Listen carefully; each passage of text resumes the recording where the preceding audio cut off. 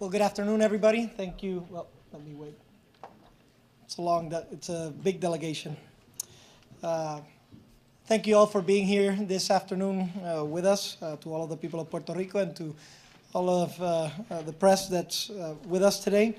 I would like to welcome this bipartisan congressional delegation, members of Congress and the Senate that have come to Puerto Rico to see firsthand what is going on in Puerto Rico, to have a brief with the different components of the United Command that we have established here in Puerto Rico, and to discuss what not only our current situation is, our current needs, but also our mid to long-term needs in Puerto Rico. Let me just reiterate that we've been working hard. There's a United Command over here, but we still need to do a lot more. We still need, looking forward into the future, we need the resources so that Puerto Rico can get out of the emergency, stabilize, and then start rebuilding appropriately.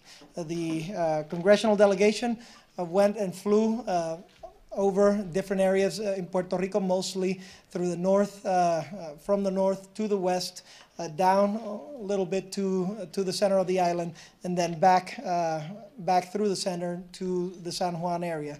They could see municipalities that were, within the mountains as well as within some of the floodplains and how they were affected. Afterwards, we had an opportunity to get a brief and have a healthy discussion on what the immediate needs for Puerto Rico were, and how we can get Congress to collaborate within this effort. Let me state again that this is the most devastating event in the modern history of Puerto Rico. That it is an event where you have two Category 4, Category 5 hurricanes passing through an island and passing right down through essentially the middle of the island, impacting all of our main infrastructure and having essentially nowhere to escape. This is an event that has virtually destroyed our energy grid capabilities in Puerto Rico, and with that has limited our telecoms and access to other resources.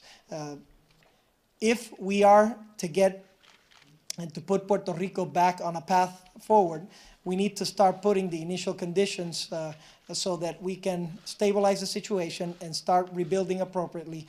Otherwise, the structure that we have established could begin to collapse. We could begin to see a major exodus from Puerto Rico, as we've stated in the past.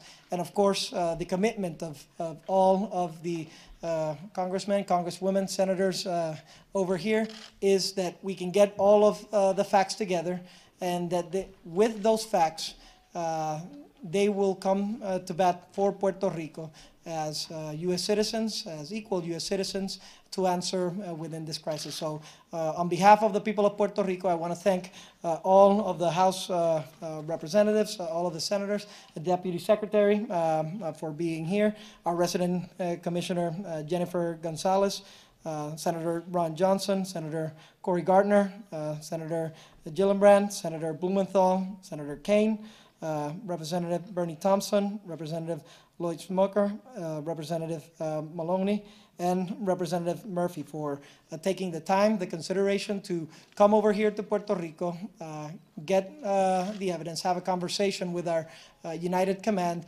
and with the data and with the information that will be provided, act on behalf of the people of Puerto Rico.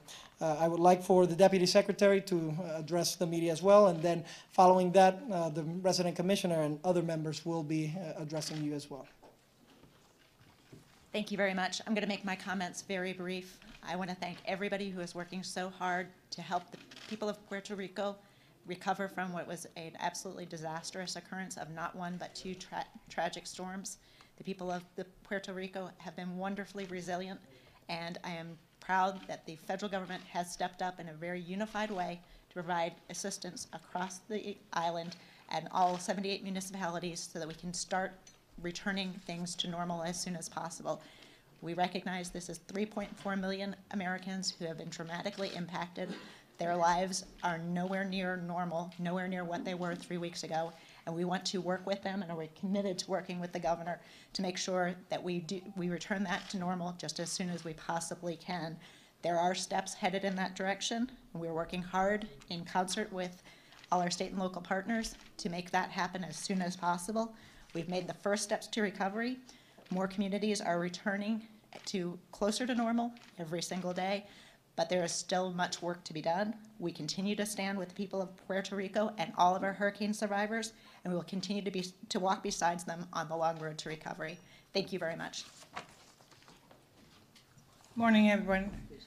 For me, it's really a big opportunity to have the first official delegation coming from Congress to visit after the hurricane. And this delegation is important because we got chairman from the Homeland Security and Governmental Affairs in the Senate, Senator from Wisconsin, Ron Johnson. We also got Senator Cory Gardner from Colorado, which is the chairman for the Energy Subcommittee in the Senate, which is so important in this new situation Puerto Rico is. Senator Kristen Gillibrand, which is the ranking member in the subcommittee of the Senate Armed Services, and you know all the people in the military who are actually working here in the island. Senator Bloomington, that is also in that committee, and got a lot of Puerto Ricans in his district in Connecticut. We got Senator Tim Kaine from Virginia, which is the ranking member in readiness and management support in the Senate subcommittee, which is important for all the issues that are being discussed here. In the House side, we got Benny Thompson from Mississippi, the ranking member of Homeland Security. We got Lloyd Smoker, member of Transportation and Infrastructure Committee, and he got one of the largest population of Puerto Ricans in Pennsylvania. Representative Sean Maloney from New York, part of the Transportation Committee, and from New York, and Stephanie Murphy, which is from Orlando, Florida, which is part of the Armed Service. So this is the first delegation officially coming to the island after the hurricane. And it's so important, the briefing we just got, and the governor was telling you about what areas were visited by helicopter with this delegation. We went through the northern part of Tua Baja, Dorado, Vega Alta, Vega Baja, Morovis, Ciales, Manatí, Barceloneta, Ciales, Jayuya, Utuado, Arecibo, y un revito de Atillo, which means we took all the northern part, western part of the island and part of the center part, which is so important because that's the area that, for my term, received the biggest damage. Why is this also important? Because the House and the Senate are going to be dealing with a relief package during the next weeks. And it is important for members to know what is the current situation in the island. Actually, next week, the Speaker of the House is going to be leading a delegation to come here too with another members of the House and the Senate just to do the same assessment. So I really want to thank the members of the House and the Senate and his staffers for doing this trip and to have the commitment to help Puerto Rico in each chamber of the Congress. Thank you. Hello, my name is Senator Ron Johnson from Wisconsin. I am chairman of the Homeland Security Government Affairs Committee. I want to thank the governor, the commissioner. I want to thank everybody who's chipping in, shouldering so many of the relief efforts here in Puerto Rico. My primary mission, you've seen the president come down here, you've seen the vice president come down here, the commissioner said the speaker is going to lead a delegation. Our delegation is here, bicameral and bipartisan. And the primary mission I'm hoping or the primary message the people of Puerto Rico should take from this mission, from this delegation, is that we are fully aware of your plight, your suffering, and we are fully committed to make sure that you are not ignored, you will not be forgotten. We had an excellent tour, we had an excellent meeting. I also want to thank, by the way, all the men and women. My committee has jurisdiction over so many of the men and women who work with the acting secretary and for people at FEMA. I was at the Operations Center earlier this week. These are men and women who are volunteering from other areas of the government, working 12 hours per day, 24 hours a day, 7 days a week for the last 50 days, and probably 50 to 100 days in the future, if not more. You are not being forgotten. And I'd say my biggest takeaway, I think our biggest takeaway from our meetings, we have got to get the electrical grid up and running. So we're going to concentrate on removing any barriers, any roadblocks to make sure the electrical grid gets reestablished here in Puerto Rico as the top priority. But again, I just want to thank all the men and women who are paying attention to this and doing everything they can to help Puerto Rico recover from this real devastating hurricane. Thank you. I'm Senator Cory Gardner from Colorado, Chairman of the Energy Subcommittee on Energy and Natural Resources. I want to thank Governor, thank you very much for your leadership. Congresswoman Gonzalez, thank you for your incredible leadership in the House of Representatives. And to our first responders, both in Puerto Rico, who have spent the last 24 hours, 7 days, 2 weeks, incredible work that they have been doing around the clock, and our men and women in uniform, FEMA, Coast Guard, you name it, all of our first responders from a variety of government agencies who are here, the tip of the spear to make sure this recovery is indeed moving from recovery to resiliency and to prosperity. A couple things I want to point out. Number one, we did talk about the additional need for personnel on the ground. It is clear that General Buchanan has the plan in place for that to happen, as well as your National Guard, General Reyes, who we had the opportunity to speak with, is talking about additional National Guard and the, I believe, 12 EMACT agreements that they have around the country that will be bringing in additional personnel on the ground to help with the recovery effort and, of course, the rebuilding effort going forward. I also want to talk a little bit about the need for the power. This is number one priority that we have to focus on right now is let's get this power grid resolved. Let's make sure that we are moving forward in a way to give power to people across the Puerto Rico and make sure that we are enabling our mutual assistance partners around the mainland to make sure that they are also, if you're a utility CEO and you're listening to this right now, I hope you will contact the Puerto Rico Power Authority, PREPA. You can make this agreement. The federal government is there to make sure that this works. Come into Puerto Rico, contact them. Let's make sure we get this grid built. That's something that we can do. Puerto Rico is America the Beautiful. And they need help from sea to shining sea right now. Thank you all for joining us. Thank you to the governor for the meeting we just had about his short and long-term needs. I do want to thank the incredible first responders who came to help immediately. I want to thank our military who are leading a very, very important effort. I want to thank FEMA's hard work in really reaching families and getting recovery needs met. We have more than 1 million Puerto Ricans in my state, and I can tell you they so deeply care about the recovery here.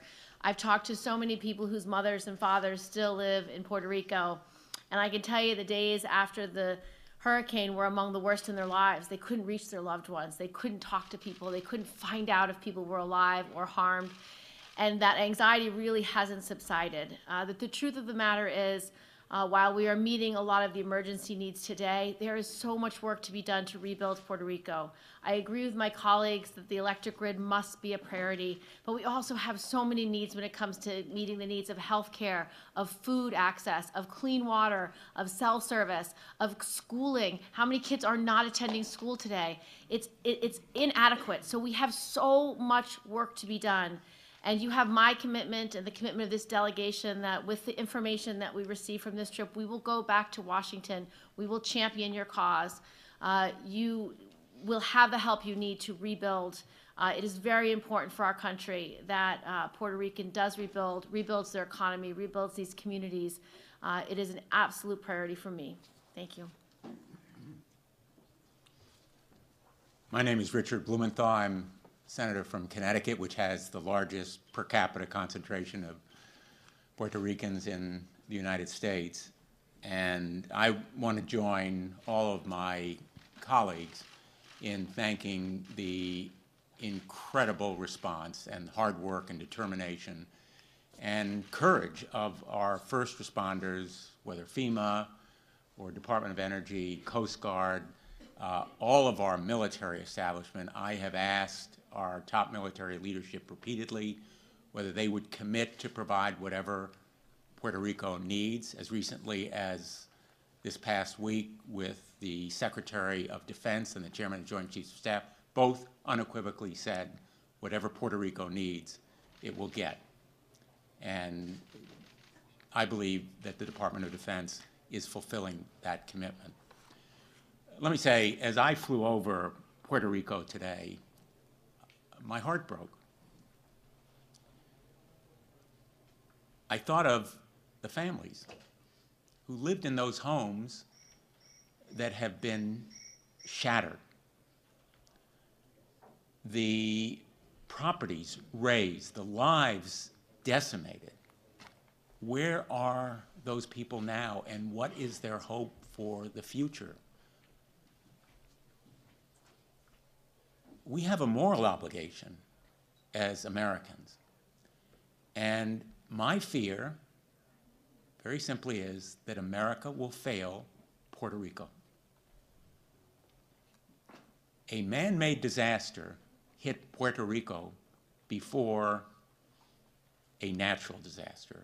That man-made disaster was financial disaster, not of Puerto Rico's making, just as the hurricane was not of its making. And now we have to address the real humanitarian crisis that exists now and that will become an even worse storm if we do not meet it with decisive, robust, and generous action. We need to show Puerto Rico the same generosity we would any other part of the country, and we have. Connecticut after Sandy, the Gulf Coast after Katrina, and now this devastation, which the governor rightly said is one of the worst in world history. So, yes, we need to meet the electricity needs. 90% of the lines are still down, but 2/3 of the roads are impassable. Only half the population has potable water. Many, many people, millions, still need food that's delivered to them by helicopter or other means, fortunately. This humanitarian crisis must be addressed. And I will fight for whatever relief package, and it has to be a lot larger than the one we've seen so far, is submitted by the governor, who is providing leadership and championing the island with great courage and strength. And we need to come together as Americans and realize that this humanitarian crisis affects every one of us. Hey everyone, I'm Tim Kaine and I'm from Virginia. I want to thank all of those who are responding with such energy. As my other colleague said, I want to thank the governor and the commissioner for bringing us together. Un grupo bipartidista, ¿verdad? De los dos cámaras. Estamos aquí a aprender y ayudar. And we've learned a lot today, and now it's our burden to go back and ayudar and help. I want to say to the governor, I have been a governor and a mayor, and I've done emergency response, but I have never seen anything of the magnitude of this. And my gubernatorial colleagues could not say this either, Governor, and that's why we stand with you. As we flew today, we could see el sufrimiento de la gente. Gente sin casas, gente sin acceso a agua pura, gente sin comida, gente sin comunicación, gente sin electricidad. This immediate emergency need is significant, but it's más que eso, ¿verdad? Porque you have to have an economy that works. And 3 pillars of the Puerto Rican economy: agriculture, so affected by los huracanes, the pharma industry, bien afectado porque el falta de poder, and also the tourism industry. And to have your pillars that you rely on, not just for the emergency needs of today, but for the long term of the country affected so significantly, this is something that we need to work with you on, and we pledge to do so. El sendero va a ser bien difícil para Puerto Rico, pero para nosotros también en Congreso. But what we need from the administration and what we need from Congress in a bipartisan way is to look at what we did after Katrina, $100 billion of relief. Look at what we did after Sandy, $50 to $80 billion of relief. Look at what we did here after Hugo. Or George, the kinds of relief that we did. And we can't be thinking we're going to just do this on the nickel and dime. We've got to get really good information from Puerto Rico about the extent of the need. We have to be creative, because it's not just about throwing a dollar here or there. It's about spending money the right way. But The commitment of this group, being here bipartisan from both houses, is to work together with the government here to make sure that that we respond as we should. Somos americanos todos, and necesitamos mostrar eso en nuestros esfuerzos. Gracias. Good afternoon. I'm Benny Thompson. I'm ranking member of the Homeland Security Committee in the House of Representatives. I want to thank the governor and the other officials for hosting us, as well as giving us an opportunity to see the real impact of what this hurricane has done to this great island. One of the things most memorable for me is I survived Katrina, and I know what the federal government response or lack of response to Katrina did. What I've seen here is a more robust response to this catastrophe. It's important that it continues, but it also has to be pushed out into every part of the island. It's important that people in cities as well as rural areas get the necessary assistance. With the civilian and military assets, we can do that.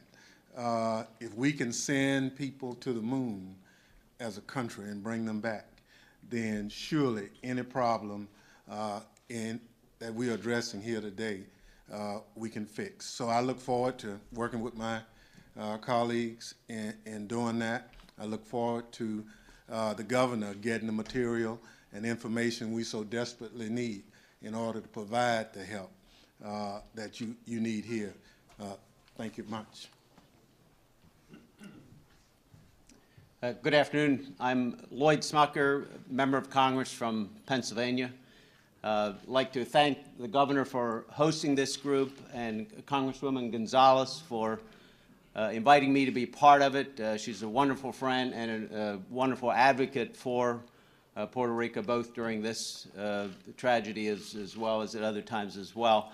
I'm a member of the Transportation and Infrastructure Committee in Congress, but more importantly, I'm here to represent the large community of individuals who call themselves Puerto Ricans in my district. In fact, there are more individuals who call themselves Puerto Ricans in my district than any other Republican district across the country, a very large community. And when this first occurred, there was a lot of concern. We heard from many, many who for days could not contact their mother or grandmother or other member of their family to see whether they were safe. And by now, most of them have made contact but still don't have regular communication.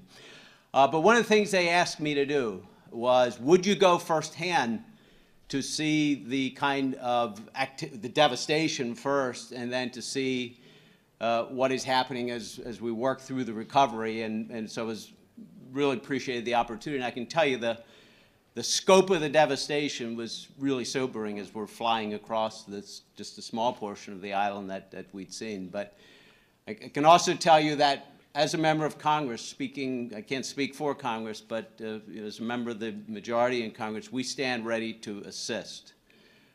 We need to know how we can do that. There are areas where we can potentially break down the barriers, whatever it may be, bureaucracy, whatever it may be. And then, of course, I will be advocating for, and others will be advocating for, an aid package that not only addresses some of the immediate needs that we see, but also a long-term package that helps to put Puerto Rico back on its feet. One of the things that's wonderful about our country is that when there is others in need, other Americans in need, we reach out. And that's true whether it's Houston, whether it's Florida, or whether it's Puerto Rico.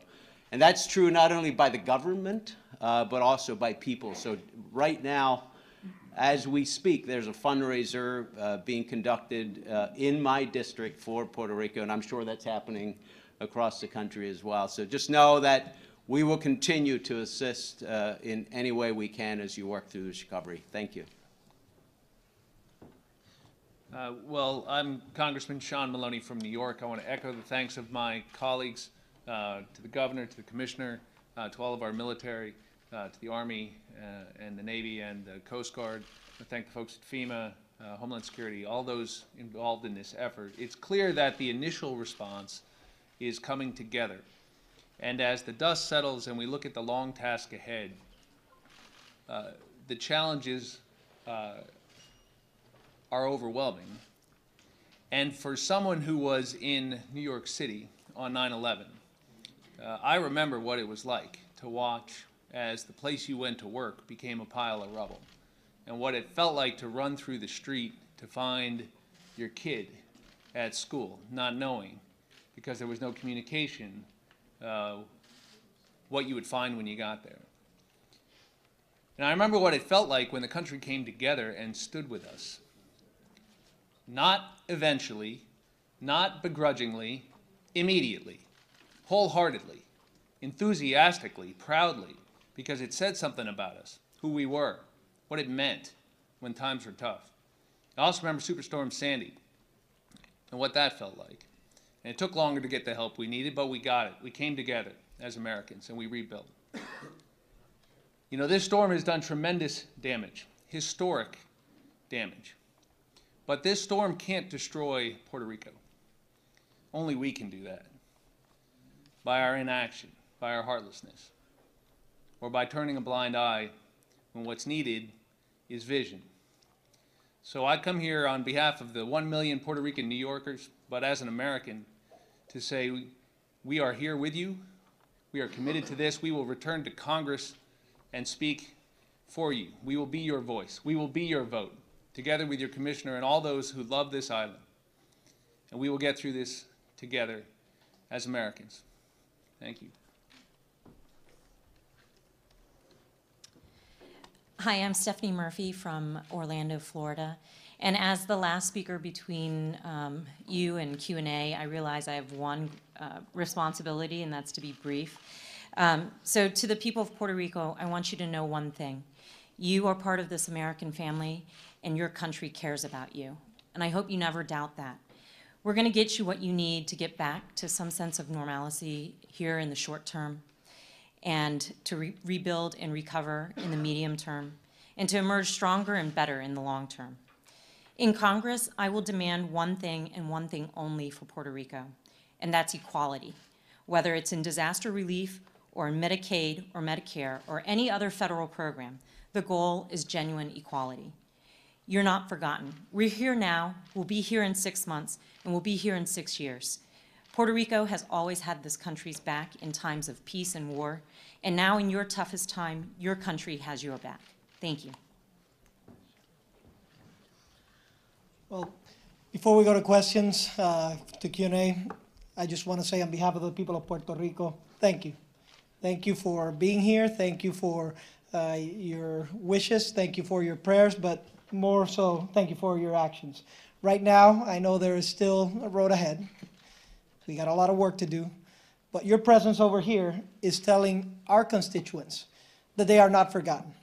Your actions soon afterwards will reiterate that point, and we'll be coming out of this not only stronger as Puerto Ricans, but stronger as U.S. citizens, united with a vision to get out of the emergency, to stabilize Puerto Rico, and to build back Puerto Rico stronger than ever before. We're here to take any questions that the press might have. Okay, we will take 2 questions for the member of Congress because they have to attend another event. Miami Herald, 1 question per media outlet.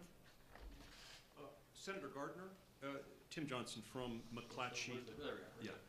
You talked about the need for more DOD personnel. How much more do you need, and why has it taken more than 2 weeks to ramp that up? And I'd open that question to anybody who wants to respond. Well, I'll just say this. I think we asked about personnel issues, and I believe General Buchanan has the right plan in place to move forward with that. He talked about the plan to upsize the presence. He also talked about General Reyes's work. I believe it was under Title 32.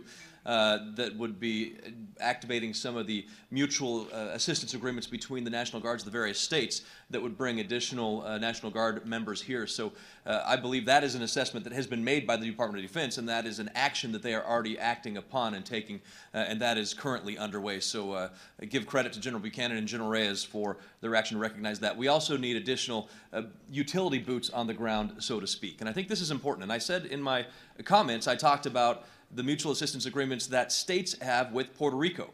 And I think if you're a utility that has the capacity, availability, or possibility of sending assistance through utility workers to Puerto Rico, they can work directly with PREPA to make that happen. The federal government has made arrangements to make sure that everything is copacetic in terms of contractual payments. So let's get that job done. Let's make sure that we have those boots on the ground from both a resource on emergency and recovery efforts, but also utility boots on the ground.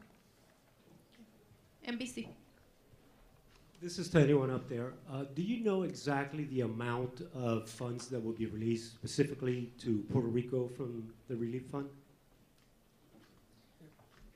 There's been an original petition from the White House is $12 billion and $16 billion regarding the flood insurance. So that package is about $29 billion that is going to be considered near soon. We don't know yet. It's supposed to be maybe next week or the other one. I know both houses are doing the assessment on that regard. But that will be like initial package, like they did with Harvey, Irma. They were approving $15 billion at that time. So this is the second package, but at least in the House side, they're talking about having another package maybe November, December. Yeah, would you want to? Sí, la Oficina de Gerencia y Presupuestos de la Casa Blanca hizo una solicitud oficial a ambos cuerpos legislativos por 12.77 billones de dólares. Esto también incluye 16 billones de dólares adicionales para lo que son el seguro de inundaciones. Esa petición se ha hecho a ambos cuerpos legislativos. En el caso de la Cámara, se está hablando de que pudiera ser a finales de esta próxima semana o temprano en la próxima la aprobación de esta petición que todavía ambos cuerpos legislativos están evaluando, porque es una petición de la Casa Blanca al Congreso. Ahora bien, esta petición no va a ser la única. Es una para inyectarle dinero directamente a FEMA. En la asignación anterior fue de 15 billones de dólares, de las que se dividieron algunos en vivienda pública, otros en préstamos para pequeños y medianos negocios por desastre y el resto para FEMA. Así que esta pudiera tener esos componentes, aunque la carta que se envió al Congreso no lo especifica de esa forma. En noviembre, diciembre pudiera haber otro, lo que se llama un suplemental también adicional sobre este asunto, y por eso es tan importante la visita que está haciendo hoy Cámara y Senado para recoger la información de cuál va a ser la necesidad específica a este momento. Y es bien importante, el gobernador ha dicho que hay unos gastos que se proyectan, pero la realidad es que tiene todavía 90 días para seguir haciendo esta recolección de data, y ese número va a seguir cambiando a medida que todas las agencias federales vayan revisando los gastos en cada una de las áreas. And just to follow up on this, so this was a subject of much conversation today, the number when it came out, $29 billion. When you got into that number, $16 billion was to help fix the National Flood Insurance Program, which benefits, but it's not specifically about this particular emergency. And some of the remaining $13 million is for wildfires in the West. So the 500 million. So it's about $12.5 billion in this package that is for Maria, but also some additional support for aftermath of Harvey and Irma. Now compare that to 50 to 80 billion for Superstorm Sandy, 100 billion for Katrina. And so one of the questions that we were asking the federal administration officials here today was, okay, tell us about the adequacy of these funds. And they made a good commitment to us. They said, look, this is to help get us through the end of the year so we can do an assessment of what the real need is. We wouldn't really know what dollar to put on the table. But just by order of magnitude, all of these monies, the $12.5 billion, are for the emergency response through FEMA. There's other funds as well. Harvey, for example, there's already been made available about $7.5 billion of CDBG monies to help the communities economically come back that were affected by Harvey. And there needs to be a consideration of the same thing here. Emergency response is one thing, but rebuilding for the long term is something else. And so we would definitely expect that the administration would be sending us, once these facts are more known, as something more significant that would be, you know, in line with what the funds have been with respect to past emergencies. And I just wanted to add to that, the supplemental that was submitted to the Hill earlier this week, that is in addition to the $6.7 billion that replenished the disaster relief fund starting 1 October. So it's the 12.5 plus the 6.7. Thank you. Let me just add one thing, because I think Senator Kane really hit a key point. We're going to have a fight. There's no question we will have a fight. And we're going to need bipartisan cooperation based on realistic numbers and facts, which the governor certainly will provide. But I went through this fight to get relief on Sandy. And Sandy was in the Northeast, just a train ride from Washington, D.C. And it took us a long time, and Senator Gillibrand actually was one of the heroes of this fight. But we in the Northeast went through exactly this fight. And I just want to reiterate that we are going to be there working and fighting for Puerto Rico. And the question about military commitment, I was told by General Reyes that there will be 17,000 military personnel. That's a tremendous ramp up. I think that number is very important. And 8,600 will be National Guard from 13 states around the country, including Connecticut. We're very proud to send National Guard, and I suspect others represented on this platform. So the Department of Defense is really moving forward and leaning forward in a very constructive way. Thank you. Let's excuse the member of Congress. Thank you so much. Good luck with everything. And let our office know.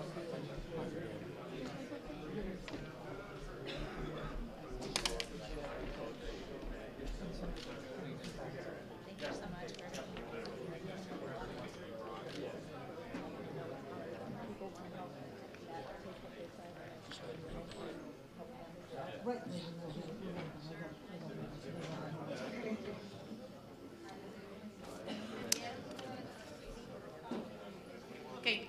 The Governor, we will take 3 questions. The names of the Congress. Member of the Congress, you have it in the email, okay? Sí. Okay, E&E News. Pues, no. Jennifer. E&E News, ¿no? Noticel, Caribbean Business, perdóname.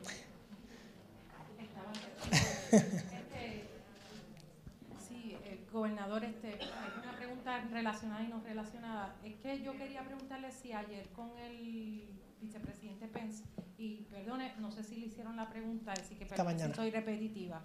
Es que quería saber y con los miembros de congresistas ahora si se discutió en algo la legislación en el Congreso que está pendiente para ayudar a la economía del país. Claro. Que según pude ver todavía está desde enero y febrero, están todavía radicados y no se han movido de los comités. Hay 3 o 4 medidas. Sí, bueno, hay 2 cosas, ¿verdad? Están las medidas de emergencia que se están tomando ahora, que hay un compromiso para ejecutar.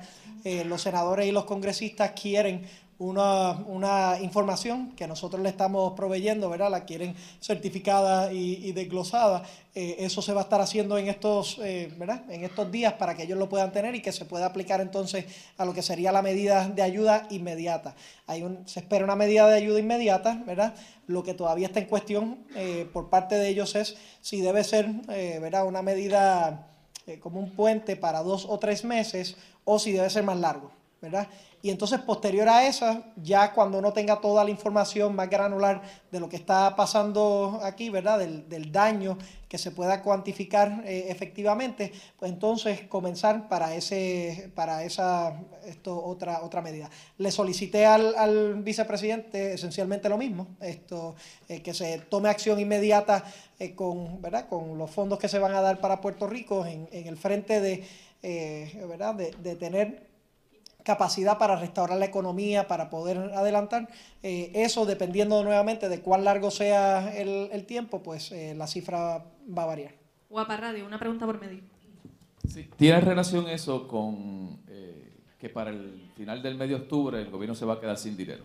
¿O no le hablo de eso? Para final, ellos hicieron una pregunta de liquidez. Nosotros le hablamos que nuestra consideración ahora con la liquidez es con el Tesoro. ¿verdad? Nosotros estamos teniendo unas conversaciones con el Tesoro sobre el asunto de liquidez, pero que lo que nosotros tenemos que trabajar puntualmente con el Congreso es, ¿verdad?, para la respuesta a la tormenta, particularmente el impacto que va a tener esto en la infraestructura, el impacto que va a tener en la economía, el impacto, ¿verdad?, que ciertamente tiene la tormenta, además de la devastación per se. O sea que hay varias rutas ahí y nosotros nos hemos enfocado, ¿verdad?, en la parte centrada en la tormenta y los resultados de ellas con los congresistas para que lo puedan atender. We conclude with EINE News. Thank you, Governor. Thank you. I was wondering, in conversations with Congress, if the topic of debt forgiveness came up, and whether there was any specific action expected with regard to that. In terms of debt forgiveness, it wasn't. We all recognize that we're in our current state of law is Title III structure. Of course, we were already within the Title III structure, but certainly within all of the challenges that Puerto Rico has, fiscal, debt, restoring the economy, and so forth, and the impact that the storm has on the short term, there was general discussion about that. However, I need to stress that the focus of the conversation was what are the damages, what do we need to go forward in the short run, and then, together with Congress, establish what do we need to get for Puerto Rico to rebuild stronger than before in the long run. So there is a commitment from our end. We discussed numbers, but of course we want to get them in writing, ready for Congress to evaluate about the needs in the short term, and then build upon that for the needs in the longer term. Thank you.